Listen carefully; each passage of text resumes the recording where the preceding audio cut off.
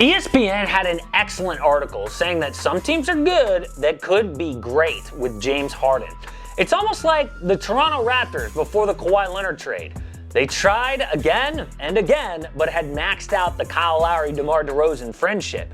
Then, bam! Masai Ujiri pulls a blockbuster trade and Larry O'Brien becomes a Canadian citizen. Well, I think in 2021, the Denver Nuggets fit that Raptors profile more than any other team. This video explains why the Nuggets need to trade for the beard right now or risk never making Nikola Jokic and Jamal Murray championship players. Hey, it's Casey. Welcome to AM Hoops. Hit subscribe and notification bells because you're going to want to know when we go live whenever this James Harden trade does go down. Today's video is sponsored by our Patreon members, specifically Andrew Damasavicius. He gets a shout out because he's a part of the Patreon. He also gets to jump into our weekly live streams that we have just for Patreon members, Q&A, whatever. Also, he can request a video topic. If you want in, check out the Patreon link below in the description. Now, proving the Nuggets should trade for Harden is actually pretty simple. Here are all the teams that reports say have at least called about the beard. The Nets, Sixers, Heat, Celtics, Nuggets, Blazers, and Raptors. The Blazers don't have enough good young players to trade. The Celtics probably aren't going to part with Jaylen Brown the way he's playing. The Raptors and Nets' best trade ship, Pascal Siakam and Karis LeVert, who don't compare to Tyler Herro, Michael Porter Jr., and Ben Simmons. Those are the final three realistic teams. They're all great options to add Harden and compete. They all could go from good team to great team. Now, if Denver does not do this deal, think about what they're risking. Having a good Nikola Jokic and Jamal Murray team that never wins it all. That's like Karl Malone and John Stockton in Utah, or Charles Barkley's career, or any great Denver Nugget. Guys who go down as Hall of Famers who never won. Realistically, the Nuggets are going to be what they've always been. A team that beats almost everyone, but not the best in the league. This trade, though, would put more star power than ever before in Denver, and it would give them the highest ceiling a Nuggets team has ever had. There is no way they should pass that up. What could get in the way, though, is Denver thinking they're as good as their record last year. We all know they got lucky to beat the Jazz and the Clippers. They were exposed by the Lakers.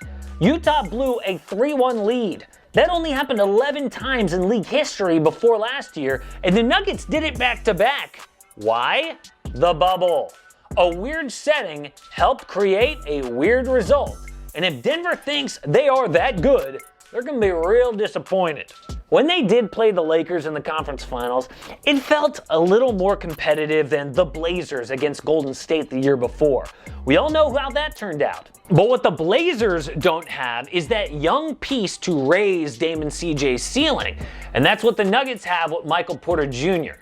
It would be a risk because MPJ is really good for the future, but what do they have to lose? They'll probably just be an above average team for years, or they could be the next Toronto Raptors. Now, of course, Coach Mike Malone would have work to fit Harden with Jamal Murray. Both of those guys have similar attributes with playmaking, outside and inside scoring, with a big usage rate. But Harden is already showing he can play a more traditional offense and adapt his game. So far, with Christian Wood and DeMarcus Cousins as bigs and John Wall sharing the rock, it has worked.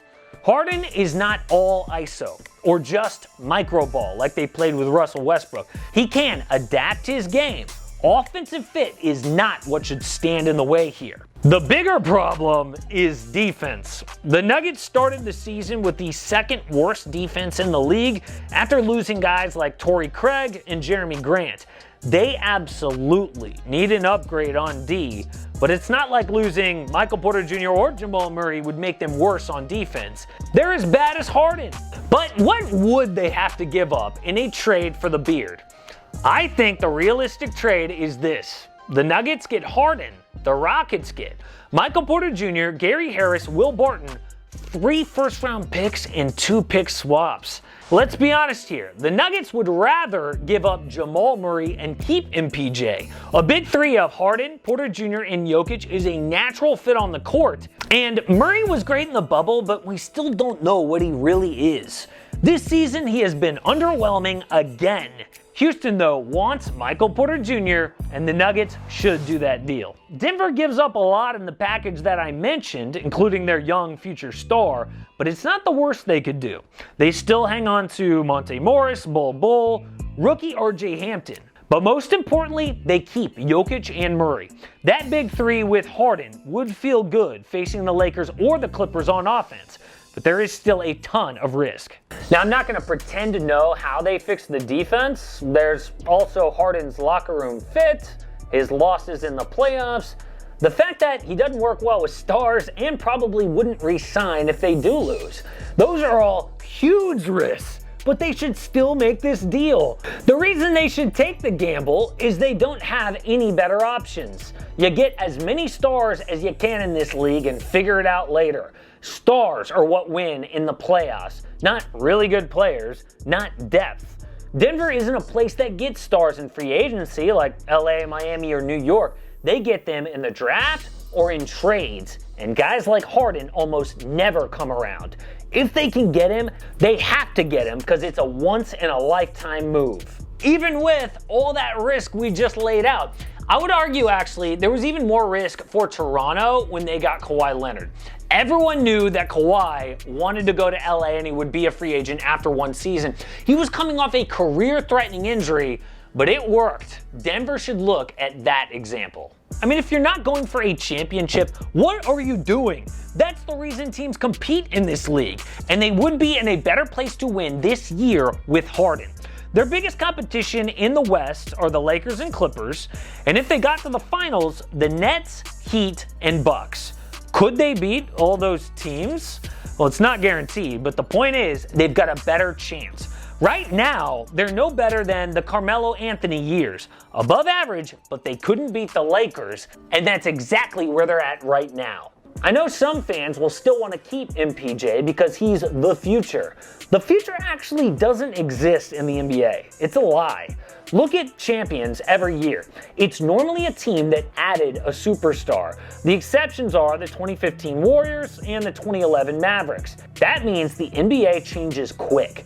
Remember the Clippers a few years ago? They weren't contenders with Shai Gilgeous-Alexander and Montrezl Harrell. They were a scrappy 8 seed. The next year, everything changed when Kawhi and PG came to town.